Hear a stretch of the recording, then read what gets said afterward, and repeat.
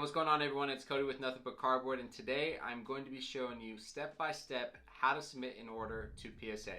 Stay tuned.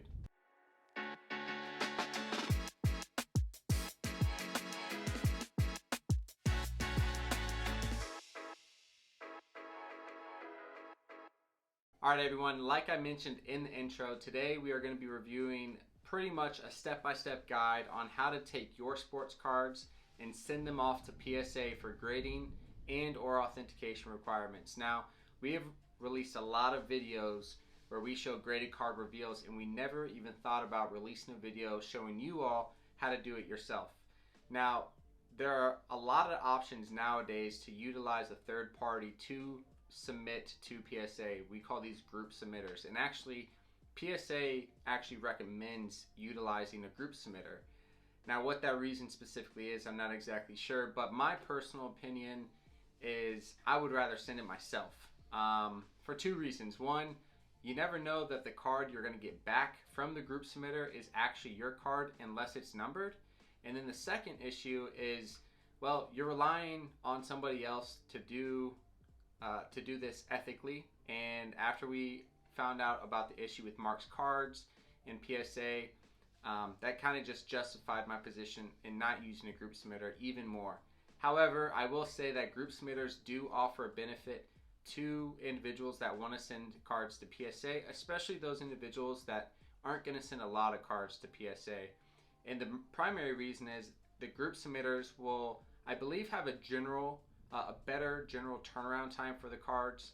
They can also offer you a lower rate unless the individual wants to sign up for Collectors Club, which is a membership with PSA. Currently, that membership costs $100 per year, and unlike its previous form, it doesn't give the collectors that do invest in this money back. So in the past, it used to be $150 for the Collectors Club membership, and you got $150 towards grading credit. So nevertheless, we're not going to focus on the group submitter process. We're simply going to focus on submitting a PSA order yourself. Now, I do want to say before we jump into this 9-step process that we have released a video series, or we're currently in it, called Sports Card for Dummies. Now, there's going to be a lot of information within that video series, from sourcing to pre-grading to selling your sports cards, that are going to be applicable to this video. So please be sure, check out that video series. Well, by the time you see this video, we'll have 3 of the 6 videos already released. So you still got 3 fresh content coming out in the near future. But nevertheless, let's jump into the content at hand and let's get you guys started on your first PSA order. All right, so let's go ahead and jump into our 9-step process. We're going to start with step number 1, and let me just say that we are going to try to streamline this as best as possible. So if you require any additional information or details, feel free to leave a comment below, and we'll go into further detail to help you throughout this submission process. But for the sake of time, let's just go ahead and try to get into it as fast as possible. So step number 1, go ahead and navigate to psacard.com. And once you're there, you're going to want to go ahead and create an account. So my recommendation is in the top right hand corner, go ahead and hit the green submit button. And then once you go down here, you can actually find a button underneath start that says log in or join now. Once you go to that section of psacard.com, it's going to ask you some information such as email address, your desired password, and other information. I also recommend, after you verify your email and you navigate back to psacard.com, to go ahead and go into your account in the top right hand corner and update your address. What that's going to do is going to save you a step once you actually get ready to submit your first order to PSA. Now, if you are already a PSA member or already have an account, go ahead and let's just go to step number 2. So step number 2, now that you have an account, let's go ahead and submit or start a submission. So I'm still in the green submit location of psacard.com, and right here it says build your card submission. Let's go ahead and hit the green button, start. So as you can see here, we have 2 options: start new submission and then start a 2022 National Convention on-site show submission. Now this option is only available until the end of July. We are not going to the National. We're going to act as though that doesn't exist, and we're going to hit start new submission. So once you do that, you're going to actually be presented to step number 1 of PSA's 7-step process. So here we are going to select an item type. So in this example, we're going to be submitting a 2020 Panini Contenders Optic number 1 Kyler Murray Silver. So in that case, we're going to be submitting a regular or small size card. There are various other items that PSA will either grade or authenticate, so those options will be below. But the most common thing that we're going to use is going to be the first option. So we're going to go ahead and click next and go to step number 2.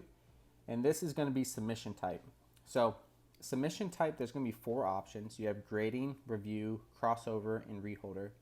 We're going to want to go with grading our card. However, if you want additional information to the other 3 submission types PSA offers, hit the blue question mark next to submission type, and it'll provide you some additional information for your grading and authenticating needs. But again, in this example, we are going to go ahead and hit grading, which is going to present us with 5 other options. So you have no autograph authentication and 4 others. In my example, I have a card without an autograph, so I'm going to hit this no autograph authentication. Now, if we zoom in a little bit further here, you'll see that this offers no autograph authentication. It's not going to provide an autograph grade. However, it will authenticate the card and it will present a card grade. So the example to the right is a Mickey Mantle from the 52 set. And as you can tell, this card graded a 9, which is a mint on PSA's grading scale. So one thing to keep in mind is that if your card has an autograph, this first option, no autograph authentication, is still the preferred method of grading if the card's autograph is already authenticated by the manufacturer. The manufacturer being, once again, either Panini, Topps, or Upper Deck. Now, I say this because on the back of a card, if the autograph was done at the time of manufacture, that manufacturing company will already authenticate or endorse it. Now, on the contrary, if you have a card that has an autograph after it was released by the manufacturer, then people will generally go down to the dual service card grade only. And what that does, it provides an authentic, PSA will authenticate the autograph, they'll provide a card grade, but they won't give a grade for the autograph. For some reason, the hobby really doesn't gravitate to the labels with the card and autograph grade. So that would be my preferred option if the card had an autograph after the card was manufactured. Once again, if the card has an autograph and it's already authenticated or endorsed by the manufacturer, just do the no autograph authentication, because, special thing to note, PSA will take less time to grade that card because they don't need to authenticate autograph at that point. So keep that in mind with cards with autographs. So nevertheless, we are going to once again click no autograph authentication for card authentication and a card grade. We're going to go ahead and scroll down to the bottom and hit next. So once we get to this next screen, we're going to be presented with the service level. Now the service level can take some time to explain. So let me just touch on the major topics here. So on the left side, you can see that we have various service levels, anywhere from economy to premium 10. In the next column, we have max declared value per item. We'll touch on that in a second. And then pricing. Pricing is per card. So how much it's going to cost you to submit one card to PSA. So in my example, my Kyler Murray is not a rookie card, and the max value is not going to be over $999. Now, max declared value per item, be careful. This is the estimated value that your card will have after it grades with PSA. So if you reference our Sports Card for Dummies video series, you can get a better understanding of how to determine your max declared value after you pre-grade a card. We'll leave a link in the description below for that specific video. However, let's just say, for example purposes, my card is worth $100, let's just say. So $100 would definitely flow under the economy, and it would cost $50 to grade. Now you may ask, Cody, why would someone pay more for a card to get graded? Well, PSA and various grading companies will offer a faster turnaround time at the higher price points. So we can look at price points at a different location in PSA's website. However, what you need to know is the higher the dollar value, the higher the declared value you can submit, and the faster turnaround time you'll get. Another thing to note is, Cody, can I submit a card that's worth $1,500 at economy level? You can, but if PSA grades the card at a level that justifies the $1,500 and they catch it, they'll upcharge you. So in this example, we submitted a card at $50 that we think is $1,500 value. Once they grade it, they could upcharge me and charge me an extra $50 for it to flow under the regular. Okay, so keep that in mind. You can submit cards that are lower than the max declared value at a higher price point for the pricing to get it back faster. Or in my example, since my card's only worth $100, I want to spend $50 for example purposes to submit this card. Nevertheless, let's go ahead and hit economy. Let's go ahead and hit next. And the next step is item entry. So we have 3 entry boxes here. First one is quantity. So I'm only going to have one, but depending on how many duplicates of that card that I'm submitting, I'm going to want to change that quantity. So in this section, it's description. This is one of the best or smoothest order entry or item entry processes that I know for a grading company. So in this example, once again, I'm going to be doing my Kyler Murray. So PSA recommends you start with the year, player, manufacturer, set name, card number, and then etc. So etc. would be other card features. So let's see here. So we have 2020. The player is Kyler Murray. Murray. And then we got Panini, Contenders, Optic, 1, Silver, because it's a silver prism. As you can see, as you enter more information into the item description, PSA's system will auto-generate a recommended description for you. And I believe this is based off of historical submissions. So as you can see here, I found one that matches my description.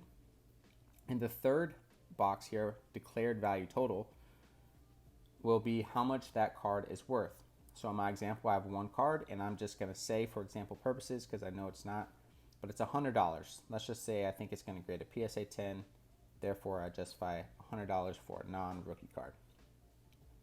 So one thing to note here is that your declared value total will be based on the number of cards you have. So let's just say I had 3 Kyler Murray silvers that I thought were all going to gem mint, and if they each gem mint, they're worth $100 each.